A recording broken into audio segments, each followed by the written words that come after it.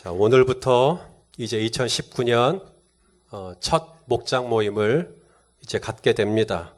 매년 저희 교회는 목장 편성을 새롭게 하기 때문에 목장 편성이 새롭게 되면 이제 두 가지예요. 하나는 이제 새롭게 편성된 목장 모임에 대한 설레임.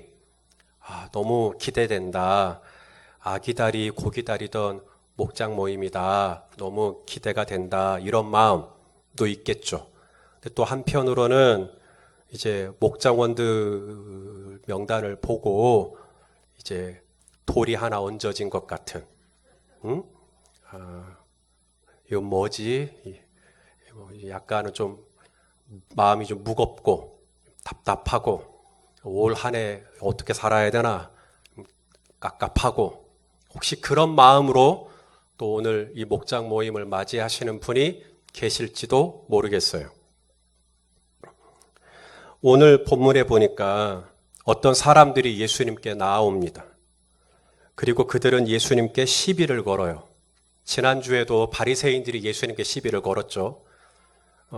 예수님이 죄인들하고 세리들하고 식사를 하니까 어떻게 세리들하고 밥을 먹을 수 있느냐? 어떻게 죄인들하고 밥을 먹을 수 있느냐? 이거 가지고 시비를 걸어요.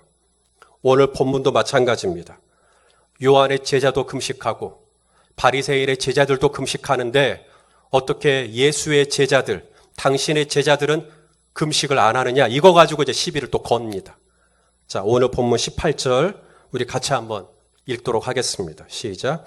요한의 제자들과 바리새인들이 금식하고 있는지라 사람들이 예수께 와서 말하되 요한의 제자들과 바리새인의 제자들은 금식하는데 어찌하여 당신의 제자들은 금식하지 아니하나이까? 여기 이 요한의 제자들이라 하면 세례 요한의 제자들이죠. 이 세례 요한의 제자들이 금식을 한다. 왜냐하면 이 세례 요한이 지금 감옥에 갇혀 있거든요. 세례 요한이 감옥에 갇혀 있는 이유는 이 세례 요한이 당대의 유대인 왕이었던 헤롯을 비판했어요.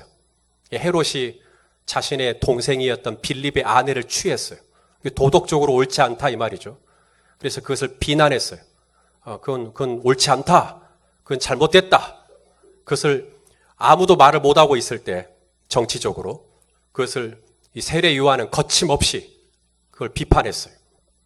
그러니까 이 옳은 소리를 하는 이 요한을 감옥에 가둬버렸어요. 헤롯이.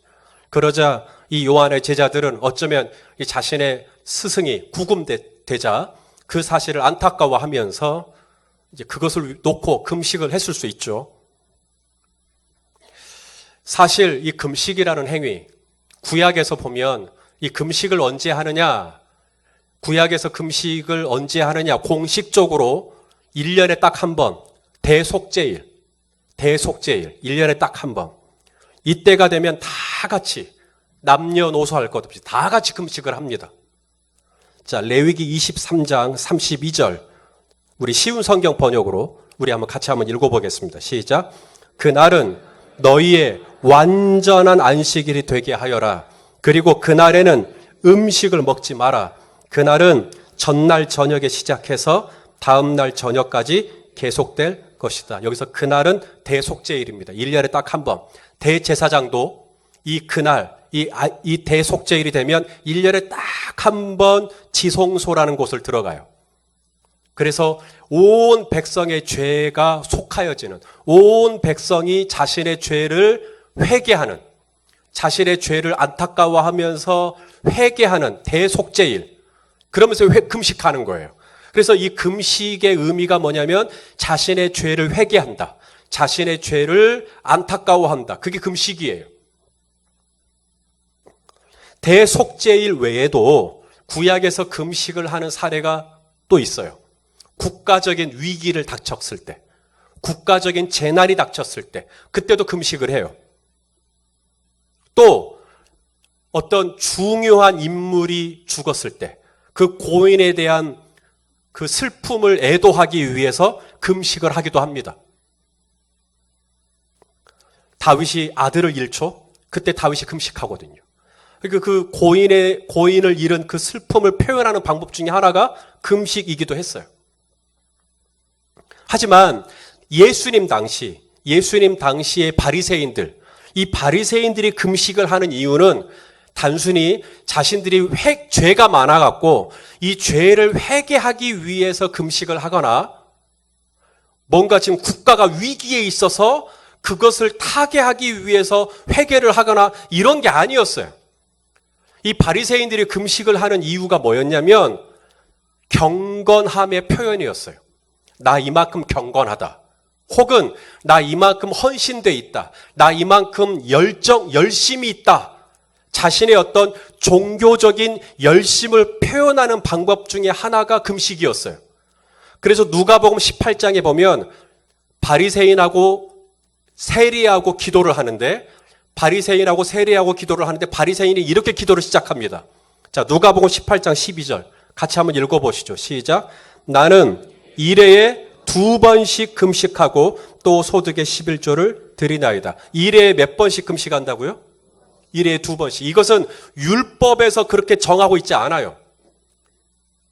어느 율법에도 일회에 2번씩 금식하라는 말이 없어요. 이것은 바리새인이 스스로 정한 규율입니다. 월요일하고 목요일 자기들끼리 정한 거예요. 왜? 나 이만큼 경건하다 이거죠.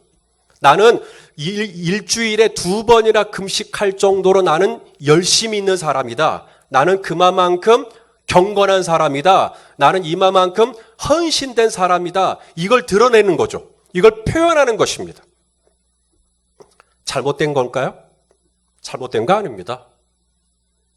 오늘 예수님도 금식 자체를 부정하시거나 금식 자체가 잘못된 것이라거나 금식이 쓸모없는 것이라거나 금식 무용론을 말씀하시지 않아요. 오늘 본문 20절에 보시면 신랑을 빼앗길 날이 올 텐데 그때는 금식을 해라라고 말씀하십니다. 그러니까 금식할 때가 있고 금식을 할 필요가 없는, 금식을 할 때가 있고 금식을 하지 않아도 되는 때가 있는 거죠. 금식 자체가 나쁜 건 아닌 거죠. 심지어 예수님도 광야에서 금식을 40일 동안 한 적이 있죠. 예수님도 금식을 한 적이 있어요. 오늘 요한의 제자들이 자신의 사랑하는 스승이 헤롯에 의하여 감옥에 갇혔을 때 안타까운 마음에 금식을 합니다. 잘못된 거 아니죠. 만일에 제가 감옥에 갇혔다면 우리 성도님들 중에도 금식을 하실 분이 있을 수 있겠죠. 바리새인들이 더 경건하고자, 바리새인들이 더 성결하고자, 바리새인들이 뭔가 더 하나님 뜻대로 살아보고자 금식을 한다. 나쁜 거 아니죠. 그런데 문제는 무엇입니까? 그렇게 금식을 하는데 스승을 위해서 금식을 하고 더 경건해 보려고 금식을 하는데 저들의 얼굴에 웃음기가 있는가? 저들의 얼굴에 여유가 있는가? 하나도 없더라는 겁니다. 금식을 하는 건 참 좋은데 저들의 얼굴에 하나도 여유가 없어요. 예수님은 금식을 하는 건 좋은데 금식을 하되 어떻게 하라 그랬죠? 머리에 기름 바르고 얼굴은 씻으라 그랬어요. 자, 마태복음 6장 17절 읽어보겠습니다. 시작. 너는 금식할 때 머리에 기름을 바르고 얼굴을 씻어라. 이 말은 무슨 말이에요? 한마디로 말하면 티 내지 마라라는 얘기예요. 금식을 해도 좋은데 스승을 위해서 금식을 하든 내 경건을 위해서 금식을 하든 철야를 하든 새벽 기도를 하든 작정 기도를 하든 일천번제를 드리든 해도 좋은데 티내지 마라. 티내지 마라. 머리에 기름 바르고 얼굴 씻고 이 말은 굳이 그렇게 힘든 티 내지 마라. 애쓴 티 내지 마라. 어렵다 이런 말 하지 마라. 이거거든요. 사람들 앞에서 다른 사람들과의 관계에 있어서 나 금식해. 나 요즘 허기가 져. 이런 말 하지 마라. 이런 말 하지 마라. 다시 말해 다른 사람들 앞에서는 굉장히 여유 있게, 다른 사람들 앞에서는 굉장히 관대하게 이 사람도 금식하고 이 사람도 금식하는데 왜 당신은 금식하지 않느냐고 그러면서 그 사람을 갖다가 긴장을 시키고 그 사람을 갖다가 이렇게 힘들게 하고 그건 아니다는 거죠. 나무를 심을 때, 두 그루를 심을 때, 나무를 심을 때 이 나무와 나무 사이를 간격을 촘촘하게 하면 나무가 어떻게 되죠? 나무가 잘 자랄 수가 없어요.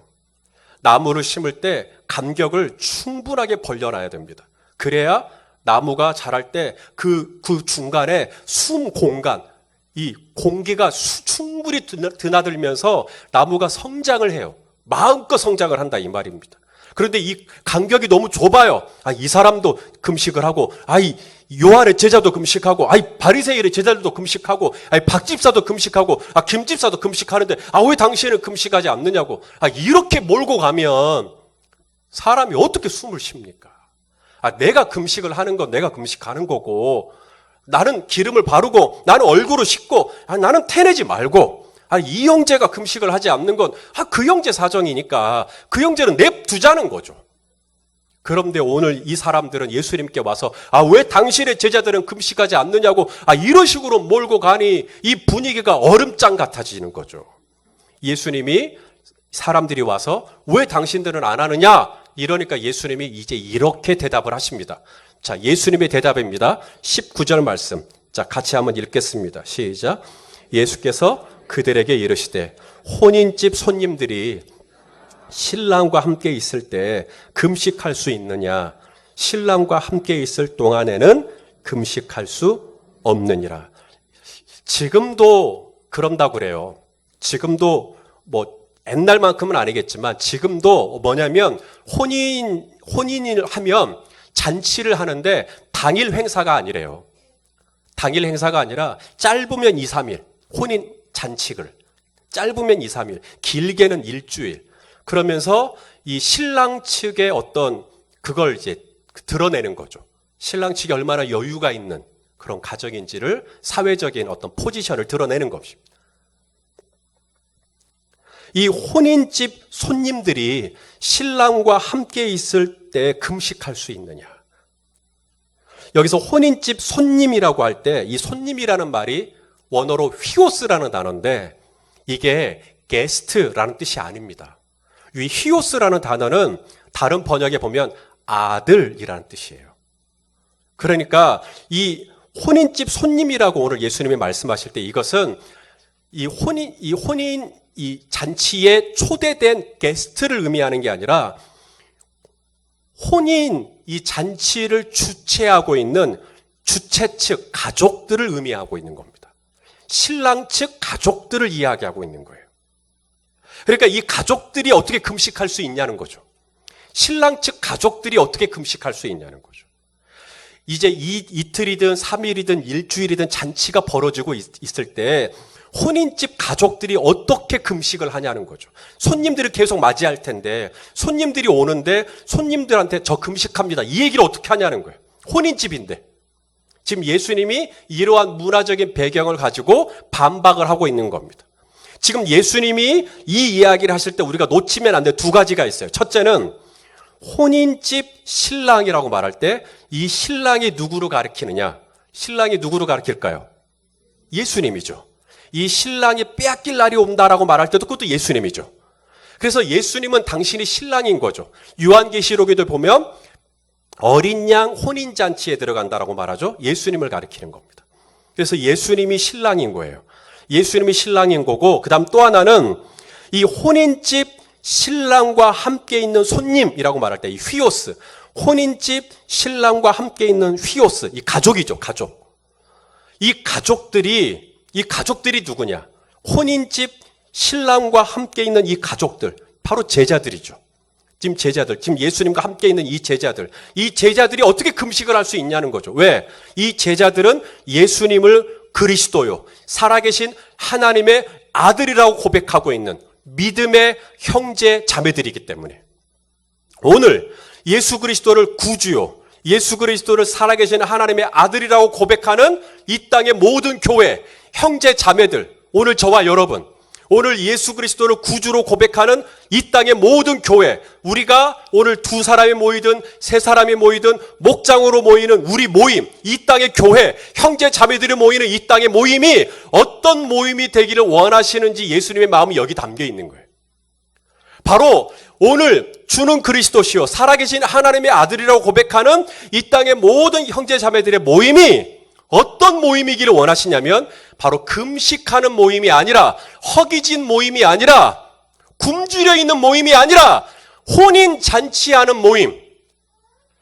혼인잔치, 그래서 먹을 게 있고 마실 게 있고 기쁨이 있고 잔치가 있고 웃음이 있고 춤이 있고 노래가 있고 환희가 있고 축제가 있는 바로 그런 기쁨이 충만한 잔치와 같은 모임이 되기를, 그런 형제와 자매들의 모임이 되기를, 그런 연합한 형제 자매들의 하나님 나라가 되기를 원하시는 예수님의 마음이 오늘 여기에 담겨 있는 것이죠. 그런데 사람들이 예수님께 와서 뭐라 그러냐면 왜 당신들은 금식하지 않느냐라고 하고 있는 거예요. 예수님은 오늘 예수님을 구주로 고백하는 모든 형제 자매들이 모여 있을 때 그 모임이 정말 어떤 모임이 되기를 원하나. 물론 우리는 때로는 진지하기도 하고 때로는 그 모임이 신중하기도 하고 울기도 하고 뭐 그러기도 하겠죠. 거기에 슬픔이 있기도 하겠죠. 그러나 정말 주님께서 궁극적으로 형제 자매들이 이 모임이 어떤 모임이 되기를 원하나. 지난번에 우리가 봤어요. 시편 133편 1절 보라 보라 형제가 연합하여 동거함이, 그 다음 뭐라고 돼 있어요? 어찌 그리 선하고 아름다운 것. 이 선하고 아름다운 거를 원어로 보니까, 이 선하고 아름답다가 원어로 보니까 뭐라고 그래 됐어요? 얼마나 행복하고 얼마나 유쾌한가. 이게 원어의 뜻이에요.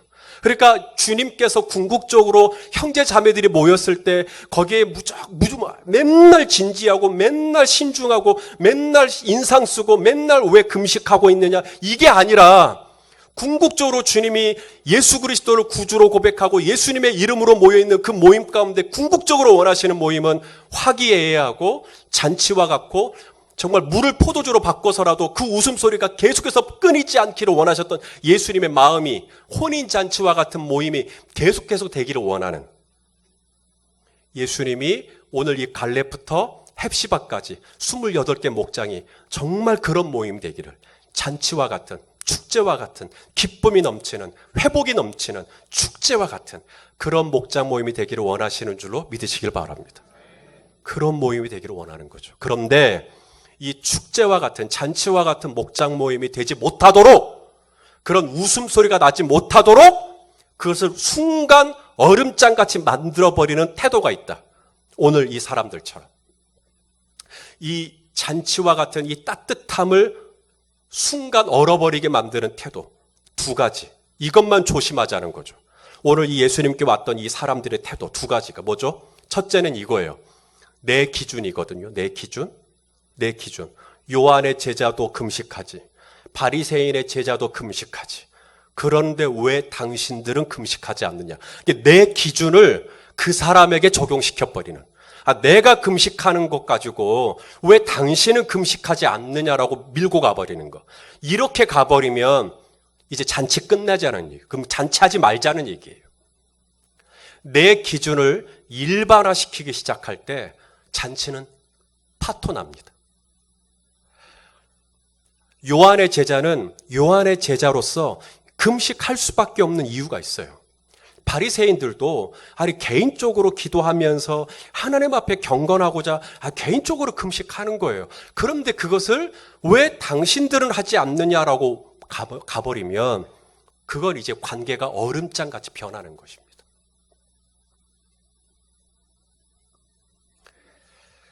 제가 좀 파란색을 좋아하거든요. 우리 박권능 집사님도 파란색을 좋아하셔요. 그러니까 여러분 다음 주에 우리 다 같이 파란색 입고 옵시다. 이렇게 몰고 가면 되겠냐고요. 그럼 이건 이상한 거잖아요. 이게 말도 안 되는 거잖아요. 벌써 다 웃으셔버리잖아요. 그 말도 안 되는 거잖아요. 아니 요한의 제자도 금식을 하고 바리새인의 제자들도 금식을 하니까 당신의 제자들은 왜 금식하지 않느냐? 그러니까 금식을 하는 이유나 금식을 하는 목적을 가지고 설득을 시키는 게 아닙니다. 그냥 요한의 제자도 금식을 하니까 당신도 해야 된다고. 바리새인의 제자들도 금식을 하니까 당신도 해야 된다고. 이런 식으로만 밀고 가는 거죠. 금식을 왜 하는데? 그것을 가지고 차근차근 설명을 해주는 것도 아니고 그냥 김 집사님도 금식을 하고 아니 박 장로님도 금식을 하니까 당신도 금식을 하라고 이렇게 밀고 가버리는 건 그건 폭력이다. 그렇게 내 기준을 가지고 일반화시켜버리면 그것처럼 불편한 게 없고 그건 잔치를 끝내자는 이야기죠. 그렇게 되는 순간 혼인잔치는 끝나는 거예요. 제가 아는 목사님이 그런 글을 쓰셨어요. 목회자의 자기 점검 33가지. 짧은 글이에요. 그래서 본인이 이제 그렇게 쓴 거죠. 아, 이렇게 하는 건 안 좋은 것 같더라. 그래서 목회자는 이렇게 하는 게 좋은 것 같더라. 그래서 본인이 이렇게 짧게 쓰셨어요. 근데 이 글이 일파만파 공유가 되고 퍼졌어요.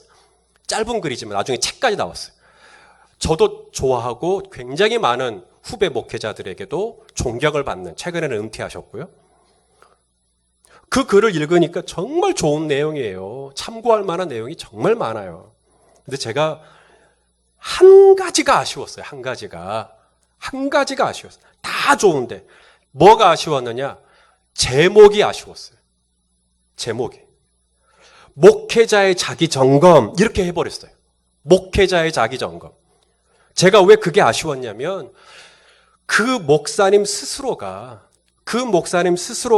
자기를 점검하는 하나님 앞에서 나를 점검하는 33가지인 거잖아요. 하나님 앞에서 나 스스로를 점검하는 33가지인 건데 이것을 제목을 뭐라고 붙여버렸냐면 일반적인 목회자가 자기를 돌아보는 33가지라고 붙여버린 거예요. 내가 하나님 앞에서 나를 돌아보는 33가지가 아니라 일반적인 모든 목회자가 하나님 앞에서 33가지를 돌아봐야 된다. 이렇게 제목을 붙여버리니 이제 이 글이 퍼질 때 모든 성도들이 혹은 다른 누군가가 이 33가지를 보고 누구를 판단할까요? 다른 목회자들을 판단하는 기준이 돼버리는 거죠. 일반 성도님들이 그 33가지를 읽으면서 당신이 섬기는 교회 담임 목사님은 이 33가지에 합당하냐 안 하냐를 판단하는 기준이 돼버리더라는 겁니다. 그것은 그 목사님 개인이 하나님 앞에서 자기 자신을 점검하는 33가지였는데 이것이 다른 사람의 글로 퍼져나가면서 다른 목사님을 판단하는 33가지 기준이 되어버리면 그것은 어쩌면 그 목사님이 처음 하나님 앞에서 배워왔던 33가지의 자기 점검에 썼던 동기는 아니었을 거다. 저는 그렇게 보는 거죠. 최근에 제가 아는 한 목사님이 페이스북에 그런 글을 쓰셨어요. 목회자들이요. 글이 그렇게 시작돼요. 목회자들이요. 힘든 일 있으면 기도원에 가지 마라. 그냥 교회에서 기도해라. 금식도 하지 마라.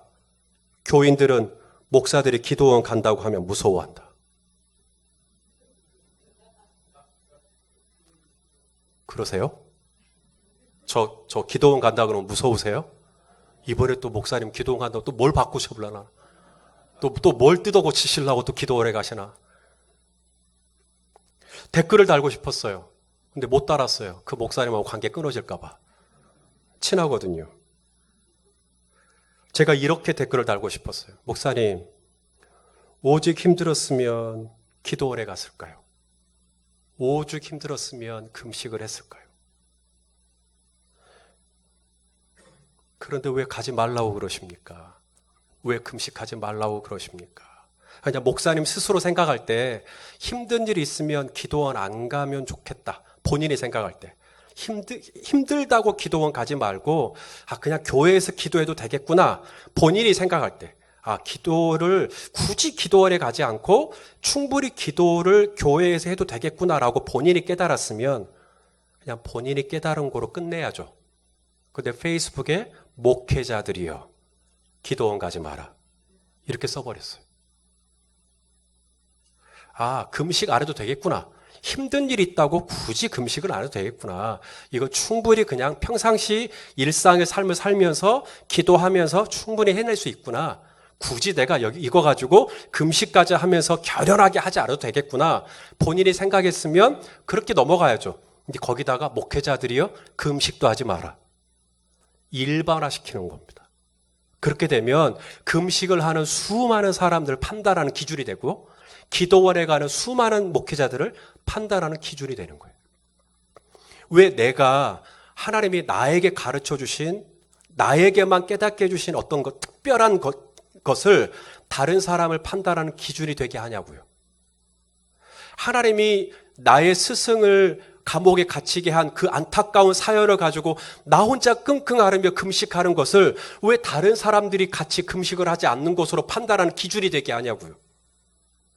그냥 내가 더 하나님 앞에 깨끗하게 살고자 일주일에 월요일하고 목요일을 구별해서 금식하는 것을 왜 다른 사람이 금식하지 않는 것을 판단하는 기준이 되게 하냐고요. 그냥 나 혼자 한 뿐이지. 기름 바르고 얼굴 씻고 그냥 태내지 말고 그냥 하면 되지. 정말 잔치와 같은, 주님은 형제 자매들이 모일 때, 예수님을 구주로 고백하는 형제 자매들이 모일 때 이 모임이 어떤 모임이 되기를 원하나? 그냥 얼굴이 다 그냥 시커매갖고 그냥 푸석푸석 해갖고 그냥 다들 끙끙 앓으면서 그냥 금식하다가 그냥 얼굴이 다 망가져갖고 이런 형제 자매들이 모임을 정말 주님이 원하실까? 주님은 그런 모임을 원치 않는다. 오늘 주님이 말씀하시잖아요. 혼인집 같은 모임을 원한다고. 잔치 같은 모임을 원한다고. 번들번들거리는 모임. 형제들이 연합하여 동거하며 지그리 선하고 아름다우고 그런 모임. 하나님 나라 같은 모임. 의와 평강과 희락이 가득한 모임. 원하시면 아멘해 주십시오. 그렇다면 내 기준이 다른 형제를 판단하는 절대화될 수는 없다. 내 기준은 기름기 바르고 내 기준은 기름기 바르고 얼굴 씻고 그냥 내 기준은 내 기준일 뿐이고 그냥 형제가 예배에 안 나오거나 형제가 철야를 안 하거나 형제가 금식을 안 하거나 형제가 필사를 안 하거나 형제가 성경 통독을 안 하거나 그건 형제인 거고 그건 그 형제의 일인 거고 그냥 그건 그런가 보다 하고 넘어가면 될 일이지. 저 형제는 어찌 저런데? 웃기네. 그러면서 왜 나 혼자 힘들어 하냐는 거죠. 그럴 필요가 없다. 그렇게 되는 순간 잔치 끝이에요. 우리의 모임이 늘 잔치와 같은 그런 관계가 될 수 있기를 예수님의 이름으로 축복합니다. 두 번째, 정말 잔치와 같은 관계, 잔치와 같은 목장을 위해서 어떻게 해야 될까? 비본질과 본질을 가려야 돼요. 비본질과 본질이 비슷비슷해요. 이게 한 끗 차이예요. 비본질도 본질이고 본질도 본질이에요. 근데 이게 비본질, 앞에 비자가 하나 붙어요. 그래서 이게 본질 같은 거예요. 그래서 이 비본질이 본질같이 보이기 때문에 사람들이 비본질이 본질인 줄 알고 비본질의 목숨을 걸어요. 뭔 말인지 알아들었어요? 네. 비본질이 본질인 줄 알아요. 자, 이게 뭐예요? 먹구름이죠? 달이 있어요, 없어요? 없다고 말할 줄 알았다니까요. 다시 물어요. 이게 뭐예요? 먹구름이죠? 달이 있어요, 없어요? 있어요, 없어요? 있죠? 어디에 있어요? 위에 있죠. 뒤에 있죠. 분명히 있죠. 그런데 비본질에 가려서 안 보일 뿐이죠. 그런데 가려졌다고 해서 본질이 없느냐? 그건 아니다. 그런데 우리가 비본질에 가려서 본질이 없다고 이야기할 때가 얼마나 많으냐. 제가 제주도에 갔는데요. 비가 엄청 왔어요. 태풍이 불었다고 그러는 것 같더라고요. 그래서 비가 막 엄청 오는데 저는 이제 광주로 와야 되고 공항에 갔어요. 공항에 갔는데 공항은 너무나 편안해요. 수속을 계속 하는 거예요. 괜찮습니까? 괜찮습니다. 비행기 뜹니다. 비가 이렇게 오는데요. 괜찮습니다. 비행기 이상 없이 뜹니다. 바람도 이렇게 부는데요. 막 야자나무가 곧 쓰러질 것 같은데요. 괜찮습니다. 괜찮습니다. 비행기 뜹니다. 정말이요? 정말이요? 비행기 탔어요. 비행기 움직이는 거예요. 바람이 이렇게 심하게 불고 막 파도가 이렇게 치는데 비행기가 움직이는 거예요. 어떡하지? 비행기가 뜹니다. 계속 뜹니다. 그룹을 뚫고 올라갔어요. 어떤 일이 일어났을까요? 비행기를 타봤어야 알지. 그룹을 뚫고 올라갔더니 어떤 일이 일어났을까요? 아무런 일이 일어나지 않아요. 거기는 찬란한 태양이 환하게 웃고 있었어요. 그 밑에서는요, 난리 그런 난리가 없죠. 바람이 불고 파도가 치고 먹구름이 끼고 막 곧 나무가 쓰러질 것 같고 그냥 집이 무너질 것 같고 사람이 날아갈 것 같고 우리 집은 무너질 것 같고 사업은 깨질 것 같고 자녀들은 다 어떻게 될 것 같고 관계는 다 망가질 것 같고 내 건강도 잃을 것 같고 막 아래서는 난리 이런 난리가 없어요. 비본질입니다. 근데 그 위에는요, 하나님은 여전히 하나님이시고 하나님은 여전히 빛나시고 하나님은 여전히 지혜로우시고 하나님은 여전히 모든 걸 주관하고 계시고 사람들은 뭐라고 말해요? 괜찮습니다. 평안합니다. 모든 게 세이브입니다. 괜찮습니다. 비행기 뜹니다. 하나님이 여전히 다스리십니다. 아무런 문제 없습니다. 걱정하지 마십시오. 사랑하시는 성도 여러분, 예수님은 고물에서 주무시고 계십니다. 그분께서 주무시고 계시다라는 것은 지금 이 파도와 이 바람이 우리를 절대 해하지 못한다라고 하는 강력한 증거입니다. 주님께서 모든 걸 주관하고 계시는데 우리는 비본질에 휩싸여 갖고 바람과 바다를 보고 무서워 빠져가는지라. 왜 당신은 금식하지 않냐고. 지금 결혼식을 했으면 가장 중요한 건 신랑이에요. 신랑은 지금 보세요. 너무 행복해요. 하객들을 보고 와 우리 김집사도 왔구나. 와 우리 박집사님도 왔구나. 야 우리 최집사님도 왔구나. 우와 좋다. 막 신랑은 너무 행복해요.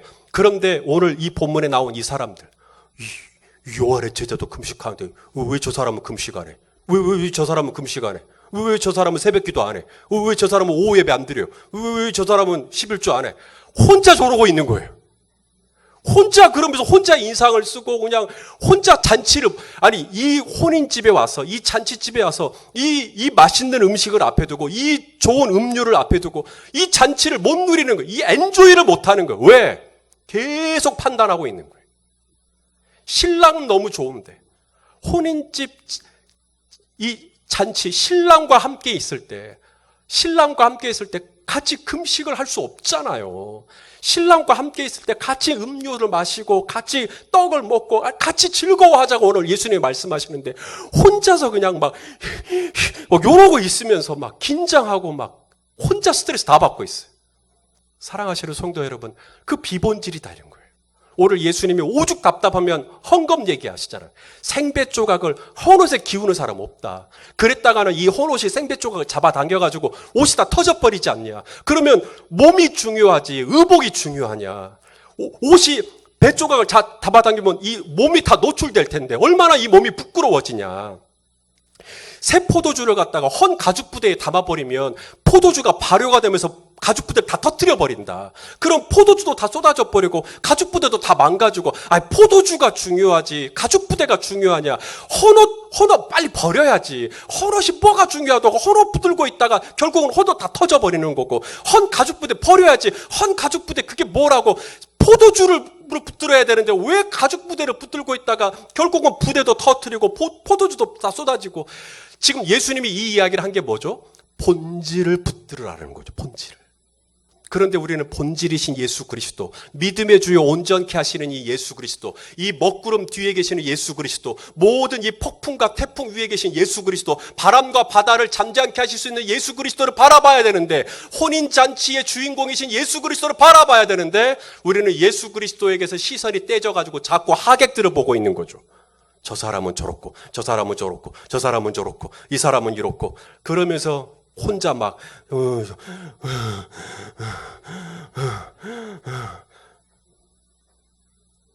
그래서 잔치를 못 누리는 거예요. 그래서 혼자 막 힘들어하는 거예요. 예수님이 너무 안타까워서 그러지 말라고. 가족 부대, 혼혼 이야기 그러면서 그러지 말. 나랑 같이 혼인 잔치 안에 들어오라고. 잔치 안에 들어오라고. 할렐루야. 지난달에 저희 막내 고모님이 저희 교회에 오셨어요. 저희 막내 고모님이 이제 70이 넘으셨어요. 서울에 사시는데 저 교회 개척하고 15년 만에 처음 온 거예요. 처음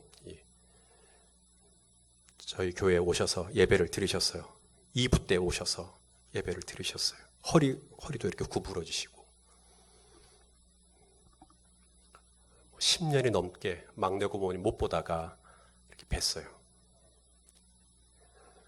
예배가 마치고 막내 고모님이 어떠셨을까? 저희 교회 예배가 너무 좀 젊은 세대들에게 맞기 때문에 막내 고모님이 너무 정신없어 하진 않으셨나 걱정이 좀 됐어요.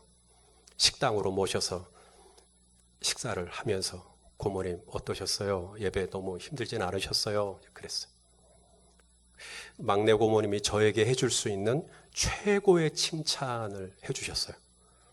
막내 고모님이 저에게 이렇게 말씀하셨어요. 희선아, 나 너희 교회에서 신앙생활을 다시 하고 싶다. 막내 고모가 저에게 해줄 수 있는 최고의 칭찬이라고 생각해. 나 70이 넘었는데 나 너희 교회에서 신앙생활 다시 하고 싶다. 어떻게 그런 감동을 받으셨어요? 몇 가지를 말씀하셨어요. 첫째는 주보를 봤는데 사람이 드러나지 않더라. 사람이 드러나지 않더라. 예수님만 드러나더라. 그게 너무 좋더라. 우리 교회 주보가 그렇게 수준 있는 주보예요. 그다음 두 번째, 대표기도가 은혜롭더라. 보통 대표기도하면 장로님들이 많이 하시는데 너희 교회는 여자 집사님도 하고 남자 집사님도 하고 그러더라. 예, 저희 교회는 청년들도 해요. 초등학생 아이도 하고. 그러냐? 좋다. 그리고 너희 교회는 찬양을 할 때 찬송가만 하는 게 아니라 복음성가를 많이 하대. 예, 복음성가를 많이 해요. 그런 거 다 누가 선곡하냐? 제가 합니다. 좋더라. 예.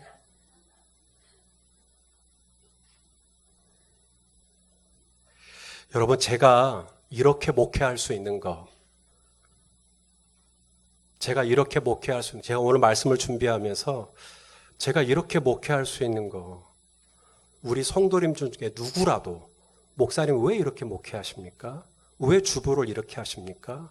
왜 찬송가를 안 부르십니까? 막 이런 식으로 비본질을 붙들고 제 목회를 붙잡았다면 저 여기까지 못 왔습니다. 우리 장로님들이 6분이 넘거든요. 그런데 우리 장로님 중에 단 한 분이라도 주보에 나 장로 이름 왜 안 넣으십니까? 한 분이라도 섭섭해 하셨다면 저 주보에 그렇게 못했어요. 어느 누구도 주보에 당신이 장로인 게 이름이 적혀 있지 않아도 섭섭해 하지 않으셔요. 그걸 지금까지. 그것이 비본질인 줄로 알고 오직 예수 그리스도만 나타나면 됐지.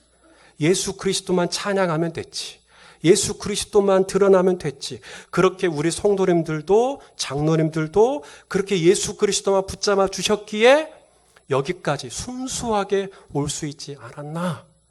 저는 오늘 말씀을 준비하면서 사랑하시는 여러분, 저희 교회는 앞으로도 정말 혼인잔치 같은 교회가 되기를 소망합니다. 오늘부터 시작되는 정말 갈렙부터 헵시바까지 28개 목장, 정말 혼인잔치 같은 그런 목장 되기를 원합니다. 어떻게 될 수 있을까요? 2가지. 내 기준, 하나님 앞에서 내가 가지고 있는 기준을 다른 사람에게 일반화하지는 말자. 그건 하나님이 나에게 금식하라고 했으면 그냥 나 혼자 금식하고 말 것이지 이걸 왜 당신은 하지 않느냐라는 식으로 가지는 말자. 그냥 나 혼자. 나는 하나님 앞에 금식을 하되 기름 바르고 얼굴 씻고 티 내지 말고 그렇게 하자. 그렇게 하면 잔치는 계속해서 이어질 거다. 아멘입니까? 그 다음 2번째, 비본질과 본질을 분별하고, 본질은 뭐예요? 예수 그리스도예요. 본질은 예수 그리스도예요. 본질은 예수 그리스도이십니다. 예수 그리스도에게 내 마음과 내 시선을 고정하고, 옷은 린넨 소재가 됐든 면 소재가 됐든 뭐 가죽 부대는 메이드 인 차이나가 됐든 메이드 인 이태리가 됐든 뭐 그건 괜찮아요. 괜찮아요. 어느 교회가 교회 정말 아름답게 지었어요. 진짜 예쁘게 지었어요. 다 지어놓고 이제 본당에서 입당식을 해야 되는데 커트를 달아야 되는데 커트를 달 때 빨간색으로 달 거냐 파란색으로 달 거냐 갖고 교회가 갈라져 버렸어. 미국에 있는 교회에서 실제 일어난 일입니다. 갖고 빨강파와 파랑파로 갈라져 버렸어요. 말도 웃음이 나죠. 그런 일들이 실제로 있을 수 있도록 마귀가 비본질의 눈이 가려지게 만들어요. 비본질에 나의 자존심을 걸어요. 비본질에 나의 자존심을 건다니까요. 비본질이 뭐라고? 예수 그리스도에 나의 자존심을 걸어야지. 왜 비본질에 나의 자존심을 걸어요? 거기다가 나의 자존심을 걸어요. 그리고 그게 아니면 내 목숨을 걸겠다는 식으로.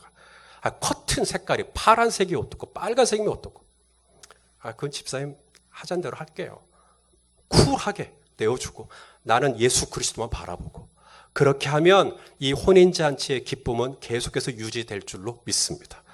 우리 딱 예수님께만 내 마음의 시선을 고정하고 예수님이 웃으시면 나도 웃고 예수님 안에 나의 모든 존재의 이유를 거기다가 딱 걸고 예수님만 바라보는 저와 여러분 될 수 있기를 예수님의 이름으로 축원합니다.